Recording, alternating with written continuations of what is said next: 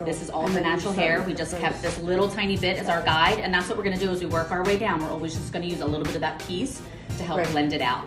She does not want us to cut her natural hair, of course.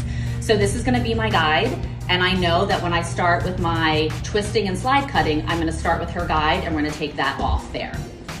So what I'm gonna do is, because we wanna have a nice blended look for Alex, I'm gonna take up this whole piece, and then I'm switching to my dry scissors, by the way, because I'm cutting the dry hair. So a lot of times I'll just go in and I'll weave with my scissors and go right in cutting, but for today, we're gonna show you this way.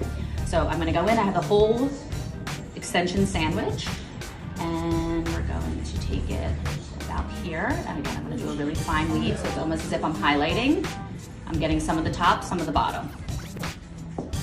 So this is what I'm gonna cut. This is not gonna get cut. So again, it's gonna keep that fullness on your ends, but that's gonna give you your internal layers. So this is our weave. So now I'm gonna take it and I'm going to twist everything. And then when I go through, I'm gonna alternate the way I'm twisting.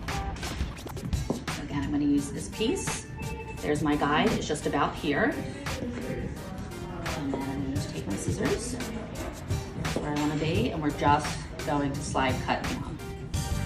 So that's what we're taking off there. And now you can sort of see